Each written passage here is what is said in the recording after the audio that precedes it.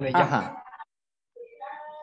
La, Sí. voy a decir yo, ajá. La circunfleja posterior pasa por ahí junto a un nervio, que lo vamos a ver cuando damos inervación, cuando damos plexo braquial, pasa por otro triángulo que yo les nombré cuando vimos miología, que es el cuadrilátero homotricipital. Por ahí pasa el paquete vasculonervioso circunflejo. Cuando hablemos de un paquete vasculonervioso, tenemos que nombrar vena, arteria y nervio. Es decir, por ahí va a pasar el nervio circunflejo, la arteria circunfleja posterior y la vena circunfleja. ¿Ok? Entonces acuérdense, por el triángulo homotricipital pasa la rama posterior de la arteria subclavian, de la arteria subescapular, perdón. Y por el cuadrilátero homotricipital pasa la arteria circunfleja posterior. Las dos circunflejas se van a unir a nivel del hombro, la circunfleja anterior y la circunfleja posterior. Y se va a formar una red anastomótica a nivel del hombro, que suele preguntarse, cuando un paciente se fractura la cabeza del húmero, siempre se lesiona una de las dos arterias que forman parte de la red vascular del hombro y se produce un sangrado profuso. Por eso es que las fracturas del húmero, de la cabeza del húmero, requieren de atención inmediata porque produce un sangrado muy abundante. ¿Se entendió? ¿Me entendieron? ¿Alguna duda? Esto, si pasa una luxación, posiblemente se produzca también, ¿cierto? No, una luxación no. No, normalmente una luxación es que se sale, la cabeza del húmero se sale de la cavidad glenoidal y no es capaz, o sea, la tensión no es capaz de, ¿cómo se dice? De lesionar alguna arteria, alguna de las arterias de la red anastomótica. Pero una fractura, sí. Casualmente la fractura, cuando el húmero se fractura la cabeza, ¿no? Cuando se fractura la cabeza del húmero, siempre se lesiona una de estas dos arterias, ¿ok? Ok. Ajá. ¿Se entendió entonces las ramas colaterales? Sí. Todo eso hay que saberlo de memoria, ¿cierto? Sí. Genial. Para un examen de anatomía hay que sabérselo. Para la vida de médico probablemente hay que saberse las torácicas, ¿verdad? Porque siempre se preguntan, sobre todo la torácica lateral y la circunfleja, ¿ok? De todas las ramas colaterales del axilar, esas tres son las que no se les puede olvidar. La torácica lateral y la circunfleja anterior y posterior. Y la red vascular del hombro. ¿Sí? Vale, vale. Ok. Muy bien. Ponemos lo mismo. Las tres porciones de la arteria axilar. Y luego viene la arteria humeral. La arteria humeral es probablemente la arteria con más ramas colaterales. Fíjense, ella tiene sus dos ramas terminales, que son la arteria cubital y radial, y sus ramas colaterales, que van a ser la principal y que nunca se les puede olvidar, la arteria humeral profunda, ¿ok?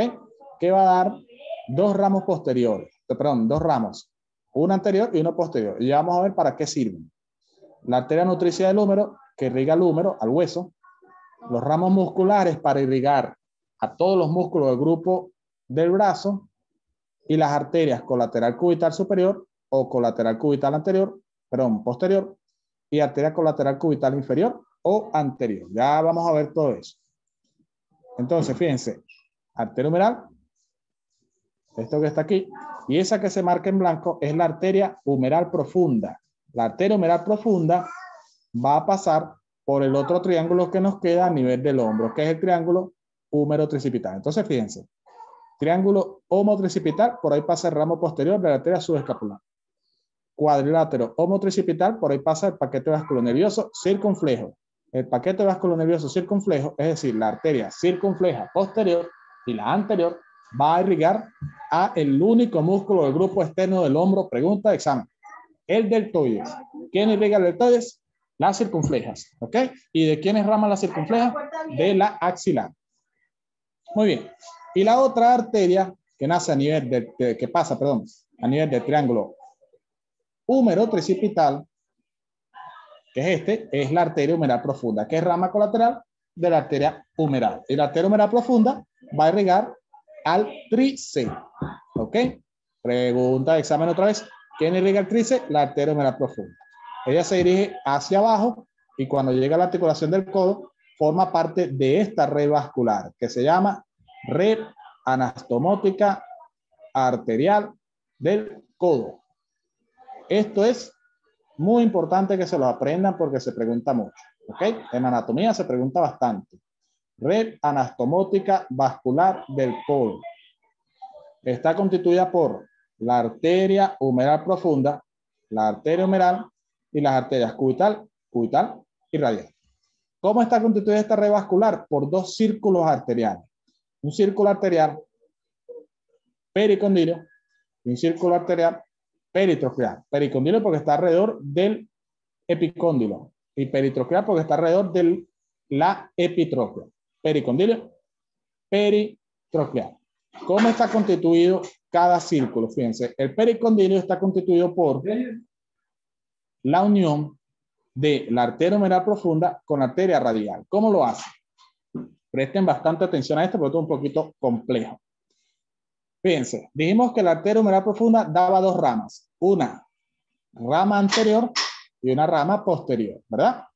La arteria humeral profunda. Fíjense que es esta que viene bajando por aquí. Da dos ramas, una anterior y una posterior. La arteria radial, cuando nace a nivel del codo, va a dar dos ramas colaterales, que son las arterias recurrentes o las ramas recurrentes.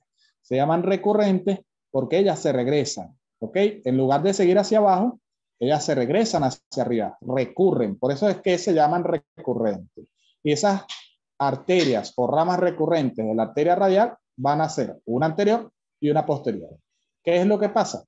La rama recurrente anterior de la arteria radial se une con la rama anterior de la arteria humeral profunda. Así. Y la rama posterior de la arteria humeral profunda se va a unir con la rama recurrente posterior de la arteria radial. Y así se forma el círculo arterial peritroqueal, perdón, pericondilio. ¿Ok? ¿Hasta aquí me entendieron? Sí. Sí, profe. Ajá. Y del lado interno, es decir, a nivel del círculo peritroqueal, ocurre más o menos lo mismo. Fíjense, la arteria humeral a seca, no humeral profunda, la arteria humeral va a dar dos ramas colaterales a este nivel también, que son las arterias colateral cubital superior, o también llamada colateral cubital posterior, y la colateral cubital inferior, o también llamada colateral cubital anterior. Yo prefiero llamarla colateral cubital posterior y colateral cubital anterior, ¿sí? En lugar de superior e inferior porque trae confusión. La arteria cubital, cuando nace de la arteria humeral, también da sus ramas colaterales, que son igualmente recurrentes porque se regresan. Tenemos una rama recurrente anterior y una rama recurrente posterior. ¿Qué es lo que ocurre? La arteria colateral cubital posterior se va a unir con la arteria o la rama recurrente posterior de la arteria cubital. Y la arteria colateral cubital anterior se va a unir con el ramo recurrente anterior de la arteria cubital. Y así se forma el círculo pericondilio. Esos dos círculos se unen por una arteria y se forma la red vascular del codo. ¿Me entendieron? Sí, pero una duda, ¿por qué es anterior y posterior si, bueno, desde donde lo veo están en la misma dirección, ¿no? Bueno, eso es lo que pasa que es el dibujo, pero realmente sí está una por detrás y una por delante. Por eso es que se les llama anterior y posterior. ¿Sí? Esa era mi duda, pues. Una cosa que iba a decirle de esta red es que también la llaman red colateral del codo. ¿Por qué es colateral? Aquí creo que tengo la imagen. No, no la tengo. Bueno, ¿por qué es colateral? Porque si la arteria humeral se secciona aquí, ¿verdad? Vamos a suponer que yo decido ligar la arteria aquí, le pongo un clic, la ligo, la circulación del codo no se detiene, la circulación del miembro superior no se detiene. ¿Por qué? Porque la sangre puede circular a través del círculo pericondilio o a través del círculo peritroqueal. Lo mismo ocurre si yo cierro la arteria aquí sigue la irrigación por esta zona, por el círculo peritronclear. ¿Ok? ¿Me explico? Esa es la función de la red colateral. ¿Ok? Bien, bien, bien. Y cuando uno, bueno, el típico accidente que siempre pasa es que uno se golpea el codo, ¿se golpea una de esas arterias o no? Cuando uno se golpea el codo o que siente un correntazo. Sí, que siento un hormigueo en el brazo. No. ¿Se acuerdan cuando yo les expliqué osteología? No sé si se lo expliqué, no recuerdo.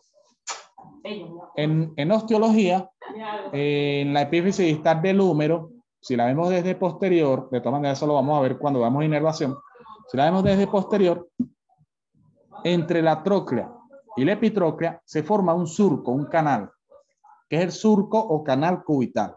Por ahí pasa una de las ramas terminales del nervio, perdón, una de las ramas terminales del plexo braquial, que es el nervio cubital.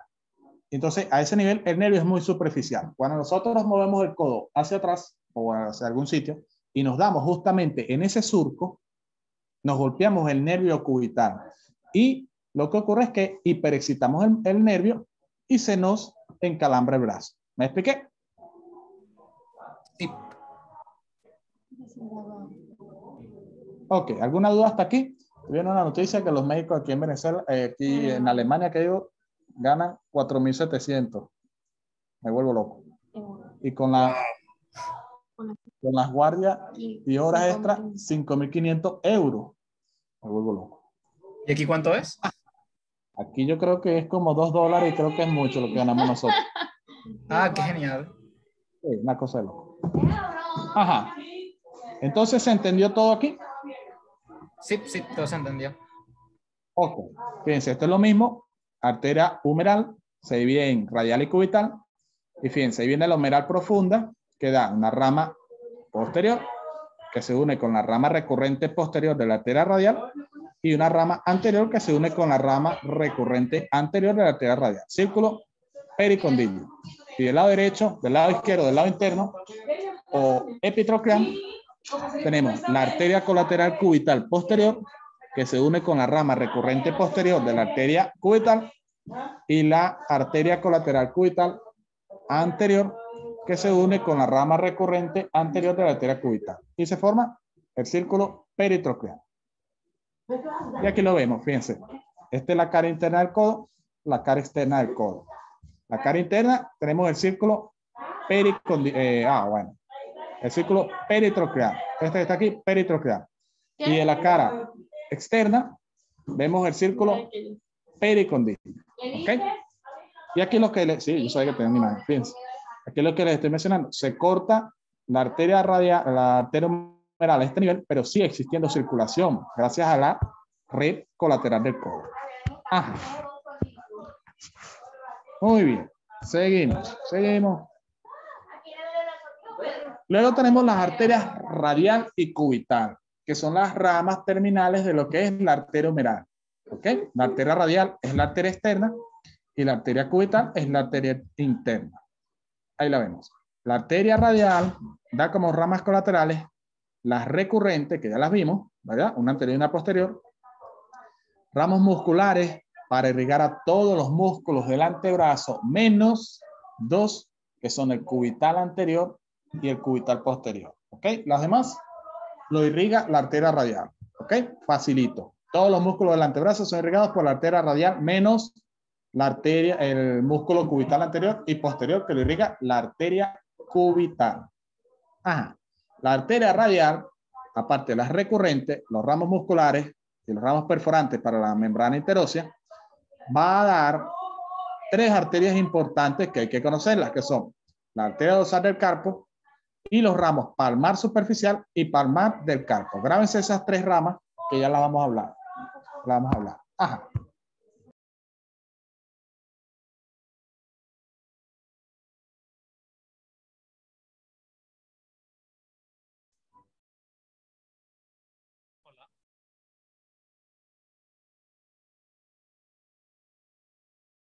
Se había parado aquí esto aquí.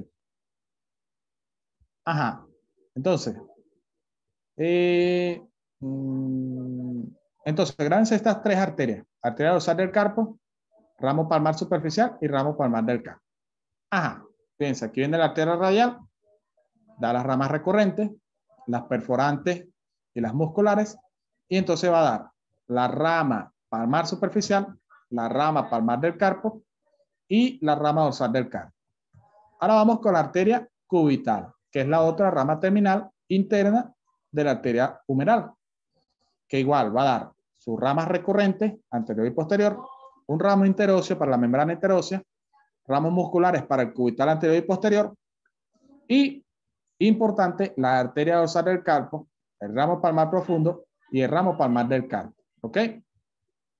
Ahí tenemos la cubital, las dos recurrentes, la interósea, las musculares, y tenemos entonces la rama palmar profunda, la rama palmar del carpo y la rama dorsal del carpo.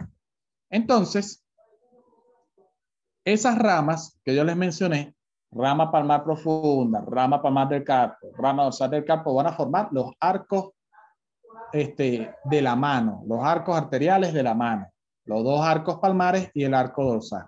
Fíjense, los arcos palmares se dividen en profundo y superficial. ¿Quién forma el profundo? El profundo lo forma el ramo palmar profundo de la arteria cubital, que se une con el ramo palmar de la arteria radial. ¿Ok? Repito, el arco palmar profundo se forma por la unión del ramo palmar profundo de la arteria cubital con el ramo palmar del carpo de la arteria radial. Y ya como ramas colaterales, las interóseas para los músculos interóseos y las digitales que van a los dedos, irrigan los dedos. Y el arco palmar superficial lo forma el ramo superficial de la arteria radial que se une con el ramo palmar del carpo de la arteria cubital.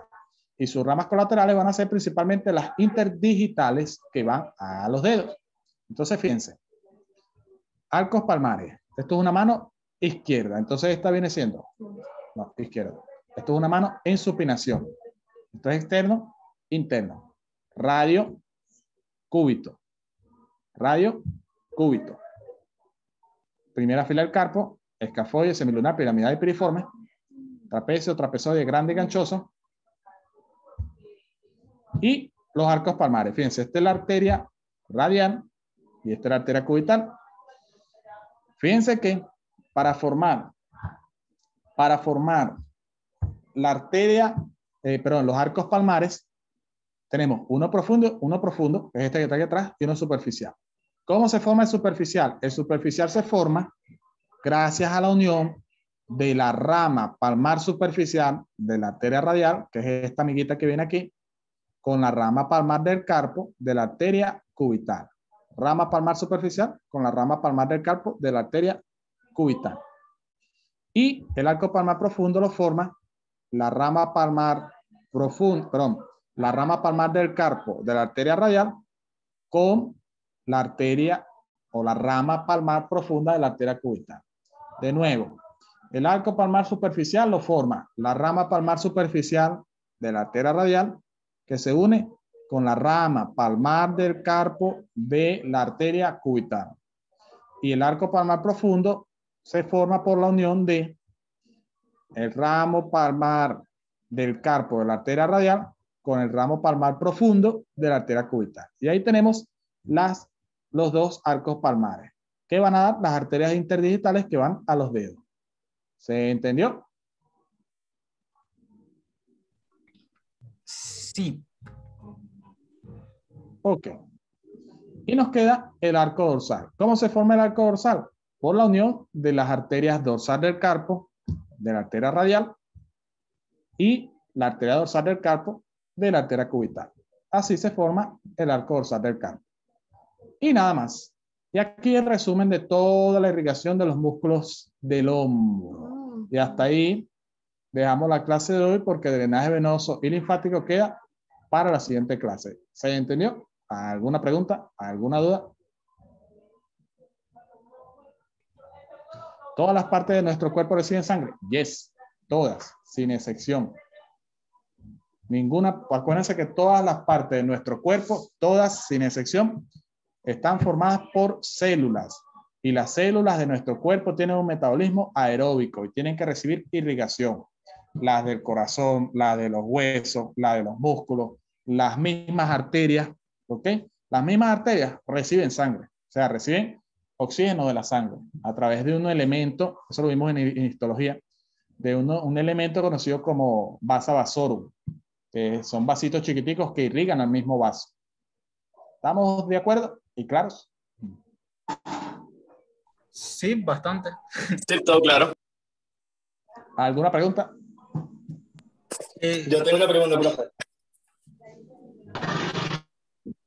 Ajá, ¿cuál es la pregunta? Bueno, es principalmente como una duda que tengo. Por ejemplo, cuando se va a obtener una muestra de sangre capilar, ¿por qué cuando uno aprieta el dedo, el primer dedo, por ejemplo, se pone rojo y a la hora de salir la sangre es como más frecuente, con más potencia? ¿Eso por qué pasa? No entiendo. O sea, cuando uno va a obtener una muestra de sangre capilar, o sea, cuando te van a puncionar el dedo, porque usualmente uno lo aprieta y se pone rojo, y de igual forma con otras partes del cuerpo. O que le amarga una liga, por dar un ejemplo. Eso es porque se produce una congestión del flujo arterial. ¿Sí? Por ejemplo, yo agarro el dedo, eso es lo que se denomina, ¿cómo que se llama eso? Llenado capilar. Uy, se me había ido qué nombre. Llenado capilar. Nosotros apretamos el dedo, ¿verdad? Y el dedo se nos va a poner rojo. ¿Por qué? Porque estamos comprimiendo las arteriolas, las arterias, las arterias pequeñas y arteriolas, y eso, esas arteriolas, al apretarse, quedan congestionadas. ¿Me explico? Se congestiona. Entonces, la piel, la epidermis de nuestro cuerpo, o sea, la capa más superficial de la piel, es, en pocas palabras, transparente. ¿Ok? Ella refleja el color de las arterias. ¿Sí? Entonces, nosotros nos apretamos el dedo y se pone rojo porque estamos congestionando a la sangre arterial. Estamos congestionando las arterias. Y esas arterias, al congestionarse, se llenan de sangre, ¿verdad? Y como la sangre es roja, ese color rojizo se transmite a través de la epidermis. ¿Ok? Y como se transmite a través de la epidermis, se ve rojo. ¿Me expliqué? Clarísimo, profe. Ajá. ¿Por qué el corazón se situó del lado izquierdo? Porque el hígado le quita espacio y porque el pulmón derecho lo empuja hacia el lado izquierdo. ¿Ok? Pero en pocas palabras, porque el hígado le quita espacio. O sea, el hígado asciende y el corazón, como el hígado es un órgano grande, el hígado asciende y el corazón se desplaza ligeramente hacia la izquierda. El corazón está en el centro del cuerpo, del tórax, centro del pecho, pero él se desplaza hacia la izquierda por culpa del hígado. ¿Cuál es el órgano que se lleva la mayor cantidad de sangre? El cerebro. ¿Ok? Bueno, eso se podría dividir. Se podría dividir en cerebro, los riñones, el mismo corazón y el hígado. ¿Ok? El hígado recibe mucha cantidad de sangre. El hígado, los riñones reciben mucha cantidad de sangre. De hecho, de toda la sangre que bombea el corazón, la mayor cantidad de sangre que es bombeada pasa principalmente por el hígado, por el riñón, perdón. El riñón se podría decir que es el órgano que recibe mayor cantidad de sangre, porque acuérdense que eso tiene que filtrarse, la sangre se filtra y se produce la orina. ¿Ok? Si no llega sangre al riñón, no se produce orina.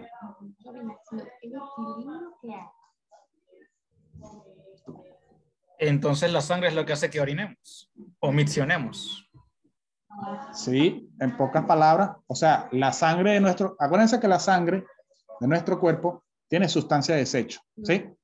Esas sustancias de desecho no se pueden quedar dentro del organismo, hay que eliminarlas. ¿Dónde la eliminamos principalmente? Por el riñón, por la orina. Entonces, el riñón, creo que lo vimos en histología también, el riñón es como un colador, ¿sí? Entonces, cuando la sangre pasa por ese colador, toda la sustancia de desecho y parte del líquido de la sangre pasa al riñón. Y el riñón forma lo que es la orina y se excreta al medio externo. ¿Me explico? Sí, bastante claro. Ajá.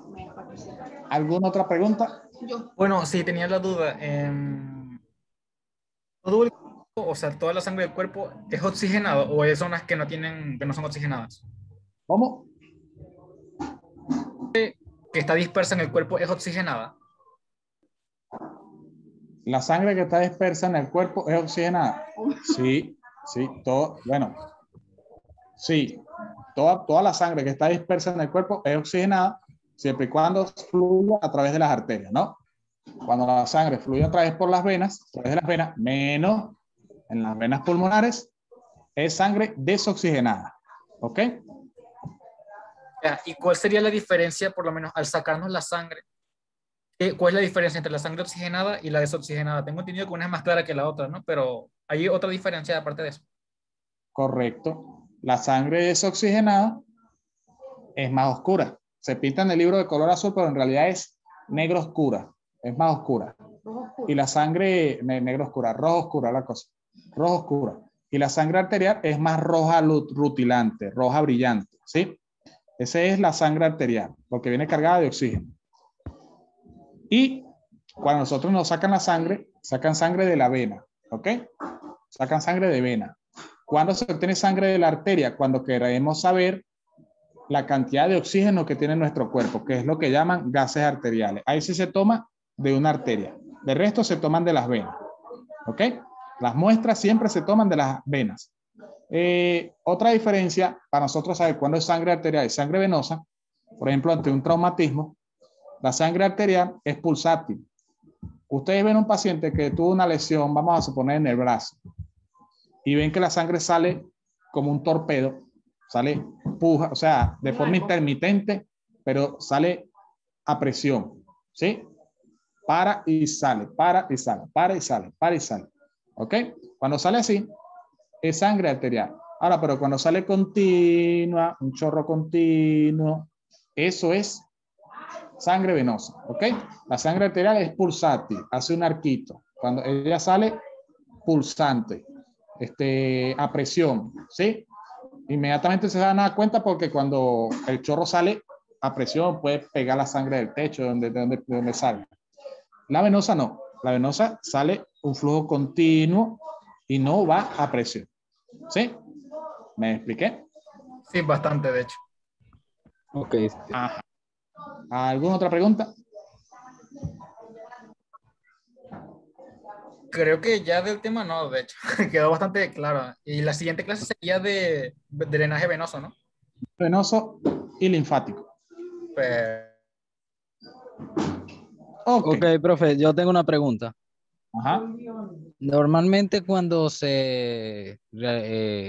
hay un coágulo sanguíneo, o sea, en alguna arteria o vaso sanguíneo, ¿qué se produciría? ¿Cuáles serían los síntomas? ¿Cómo descartamos si es o no es un coágulo sanguíneo?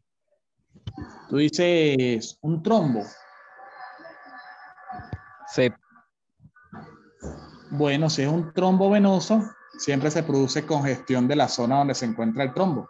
Y además se produce dolor. Por ejemplo, la zona donde más se producen trombos es en miembros inferiores. Entonces uno se da cuenta porque primero se edematiza el miembro, porque se congestiona la sangre, ¿verdad? Se produce congestión de la sangre, el vaso sanguíneo se congestiona y el líquido se empieza a escapar y se hinchan los pies. Bueno, se hincha el miembro donde se encuentre el trombo, el miembro que está afectado. Eso es una de las cosas que nos permite a nosotros saber que es un trombo, porque siempre no es los dos miembros, siempre es uno de los dos miembros.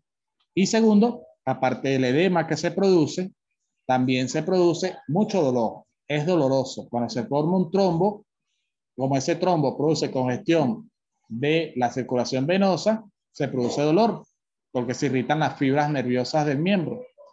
Y entonces nosotros nos damos cuenta por eso, por el edema y por el dolor principalmente. Y los cambios de coloración también, que la pierna se va poniendo negra, morada, perdón, ¿ok? O rojita, ¿sí? Todo eso por la congestión del flujo venoso que se produce por el trombo. Por el trombo es un tapón que tapa la vena. ¿Me entendieron? Ok. Ajá. ¿Pregunta? Sí, el corazón así mismo, o sea, el corazón a pesar de que es una bomba, o sea, envía sangre al cuerpo, él también necesita irrigación de parte de las arterias, ¿cierto? A través de las Sí. arterias coronarias. Y las arterias coronarias irrigan el corazón. Eso lo vamos a ver cuando veamos corazón. Pero sí, el corazón también, como todas células del cuerpo, requiere de irrigación. Los infartos ocurren porque no le llega sangre al corazón. ¿Sí? Ah, ok, está bien. Ok. ¿Alguna otra pregunta?